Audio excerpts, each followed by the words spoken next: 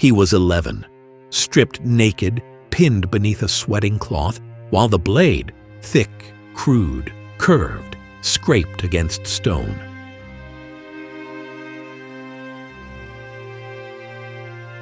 Then came the silence.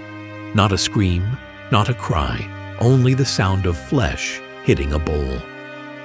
Blood gushed onto the dust, and outside, the forbidden city shimmered under the sun like a lacquered tomb. He would never have children, never touch another body, never sleep without waking at the echo of that knife.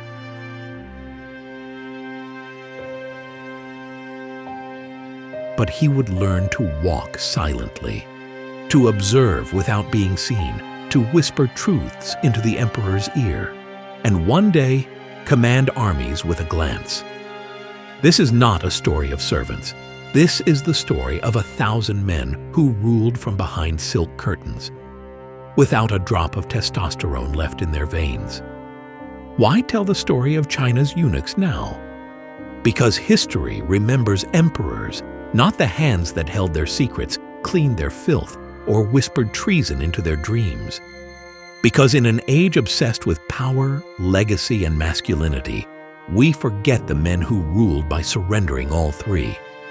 Because in the shadows of the Forbidden City, 1,000 castrated boys became the empire's most feared and intimate force. From the Ming to the Qing dynasty, eunuchs weren't merely servants. They were spies, diplomats, torturers, librarians, treasurers, lovers, and executioners. Some were born peasants and died as millionaires. Others wielded more influence than the emperor himself, until they were beheaded and erased from memory. Their power was absolute but borrowed, their bodies broken but weaponized, their names rarely carved in stone. This story is not about pity, nor is it about scandal. It is about what happens when the price of access is the destruction of the self. They could never father children, yet they shaped dynasties. They had no future, so they clung to the present with a hunger that consumed empires. This is the tale of an empire within an empire, a regime of men without manhood, who built, controlled, and ultimately doomed the throne they served. To understand them is to ask a terrible question. What would you sacrifice if it gave you power no one could ever take back? They came from famine, from villages where rice was dust and fathers wept behind barns, where mothers whispered rumors of opportunity inside the Forbidden City, a job, a uniform, a meal, maybe a life that didn't end beneath a landlord's boot.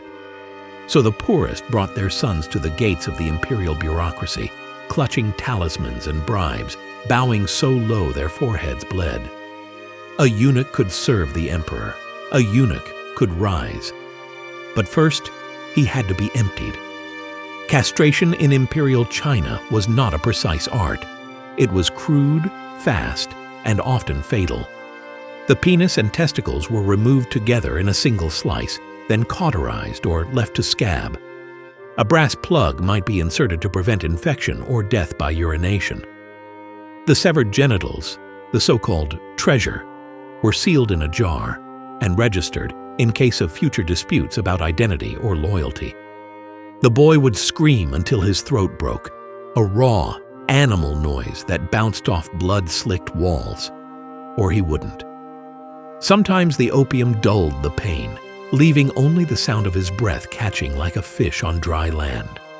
What remained was a child who no longer belonged to his family, nor to himself. Physically, he changed.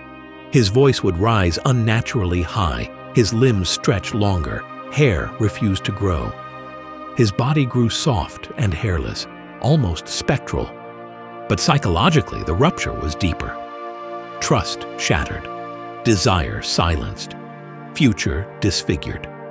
Some went mad, some died of infection, others hardened, turned their pain into ambition. There was no going back. Once cut, they were property of the state. They were handed gray robes, stiff, coarse, still smelling faintly of ash and sweat, and assigned to the lower quarters of the Forbidden City, a labyrinth of echoing halls, incense-thick chambers, and a silence so dense it seemed to press against their skin like wet cloth. They learned to bow low, to eat last, to sleep on straw, but also to listen. Every creak in the corridor, every sigh behind silk walls, every scroll passed between trembling fingers. They were trained to absorb it all. The lucky ones were placed near the concubines, where intimacy grew into currency. The unlucky ones cleaned latrines or carried messages through halls where one wrong glance meant a whipping. But all of them, every boy who had been broken into service, carried within him a terrible contradiction. He was nothing, and yet one day he might be everything. This contradiction fermented in their souls like vinegar, and in the nights when the palace quieted and the drums of the watch shifted tone, they would lie awake and whisper one question in the dark. What is a man when his body says no, but his ambition says yes?